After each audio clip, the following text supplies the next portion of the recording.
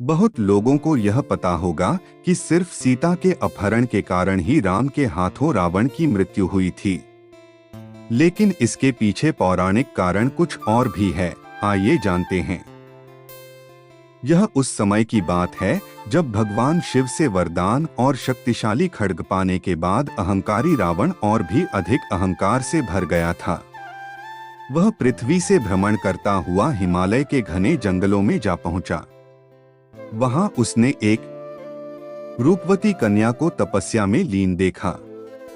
कन्या के रूप रंग के आगे रावण का राक्षसी रूप जाग उठा और उसने उस कन्या की तपस्या भंग करते हुए उसका परिचय जानना चाहा।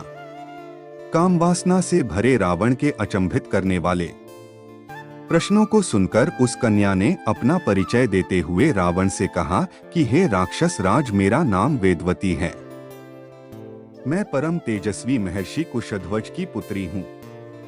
मेरे वयस्क होने पर देवता, गंधर्व, यक्ष, राक्षस, नाग सभी मुझसे विवाह करना चाहते थे, लेकिन मेरे पिता की इच्छा थी कि समस्त देवताओं के स्वामी श्री विष्णु ही मेरे पति बने। मेरे पिता की उस इच्छा से क्रुद्ध होकर शंभु नामक दैत्य ने सोते समय मेरे पिता की हत्या कर दी और मेरी माता ने भी पिता के वियोग में उनकी जलती चिता में कूदकर अपनी जान दे दी। इसी वजह से यहाँ मैं अपने पिता की इच्छा को पूरा करने के लिए इस तपस्या को कर रही हूँ।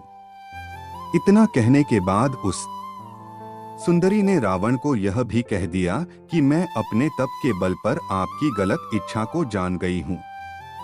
इतना सुनते ही रावण क्रोध से भर गया और अपने दोनों हाथों से उस कन्या के बाल पकड़कर उसे अपनी ओर खींचने लगा। इससे क्रोधित होकर अपने अपमान की पीड़ा की वजह से उस कन्या ने दशानन को यह श्राप देते हुए अग्नि में समा गई कि मैं तुम्हारे वध के लिए फिर से किसी धर्मात्मा पुरुष की पुत्री के रूप में जन्म लूंगी। महान ग्रंथों में शामिल दुर्लभ रावण संहिता में उल्लेख मिलता है कि दूसरे जन्म में वही तपस्वी कन्या एक सुंदर कमल से उत्पन्न हुई और जिसकी संपूर्ण काया कमल के समान थी।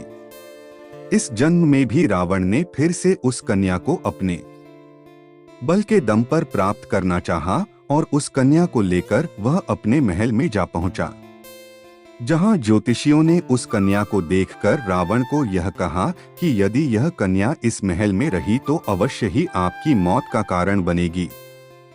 यह सुनकर रावण ने उसे समुद्र में फेंकवा दिया।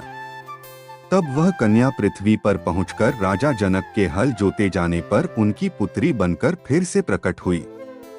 शास्त्रों के अनुसार कन्या का यही रूप सीता बनकर रामायण में रावण के वध का कारण बनी।